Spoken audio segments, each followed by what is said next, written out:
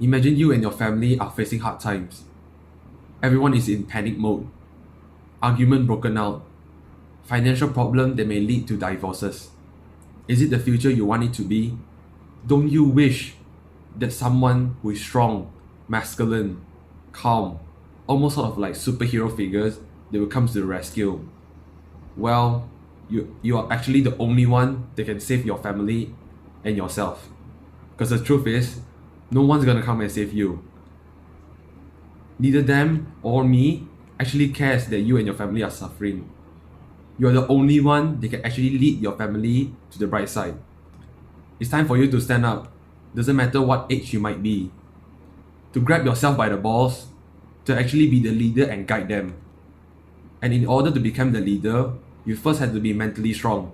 So without wasting your time, the first and best way to actually be mentally strong is to develop discipline. If you're only gonna take one advice from this video, make it this one.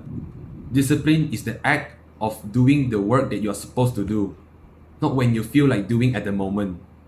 To actually ignore your lizard brain, to do the hard work especially when you don't feel like it. Because I saw way too many young men like you. Because I saw way too many young men like you doesn't have a single bit of discipline. Whenever it's for their fitness journey, your gratitude journal, or even self-improvement overall. In my opinion, discipline is the most important element in a man's life. Without it, you actually get controlled by emotion instead of the other way around, because it will fuck up every part in your life. And in order to be the strong man, there's no shortcut to it. You can't find the fastest way, or you can't even buy it. You actually have to face trials and tribulation to experience discomfort in order to become mentally strong and even physically strong. To develop a rock solid mind that doesn't get distracted by modern day conditioning. So yesterday, after I scheduled my YouTube video, I laid out on my bed and instantly I got a thought that I don't want to do my mathematics homework. And when I have that thought, I quickly realized that I have to do it. I keep asking myself in my mind, do you actually hate it to do? And the answer is always yes. I quickly get up and got to my computer desk and start working on it. From now on, you can follow me as well. Whenever you have the thought of you don't want to do the thing, ask yourself, do you really don't want to do it? And if the answer is yes, this is your opportunity to actually get work done. To ignore your lizard brain, to develop discipline now. Because like they said, use it or lose it. Once you don't use your discipline, you actually lose experience point in your discipline skills. You're supposed to feel excited after you identify the things that you don't want to do. You have to be happy, thinking that this is your chance, your opportunity to not waste time and just do the hard work. Just like in video games, you actually can increase your discipline skills with sheer hard work. The second way to be mentally strong is by putting yourself out there to experience discomfort and some sort of stress. In the book, The Way of the Superior Man by David Dida, he actually mentioned in a chapter that you have to lean slightly over your age.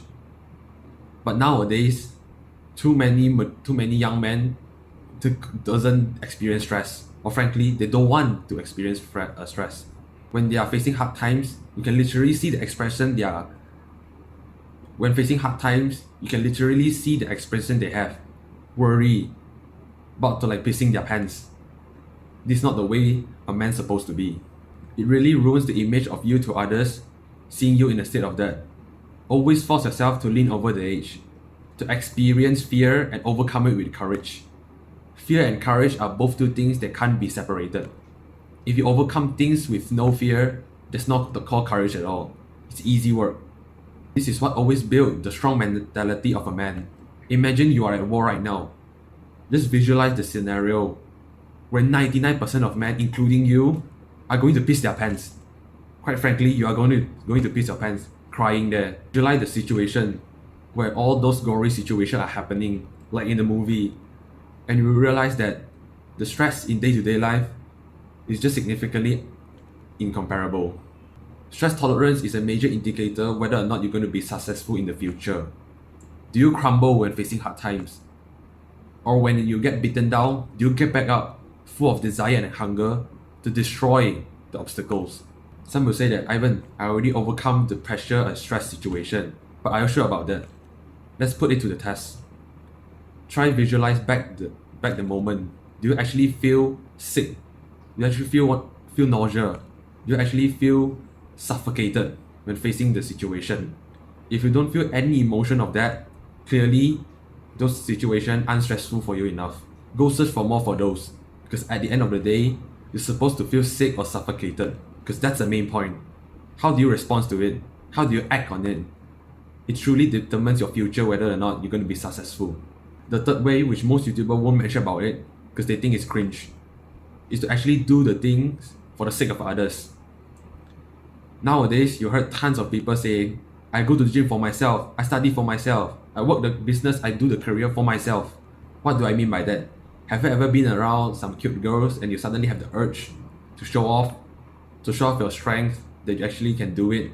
But I guess that most of you that actually watch this video don't ever experience that because you are a bunch of virgins. I remember time when I pushed myself to the limit, 100%, 200%, to destroy them in a group of race. But when people are not watching, I'll just ease off and be lazy and unmotivated.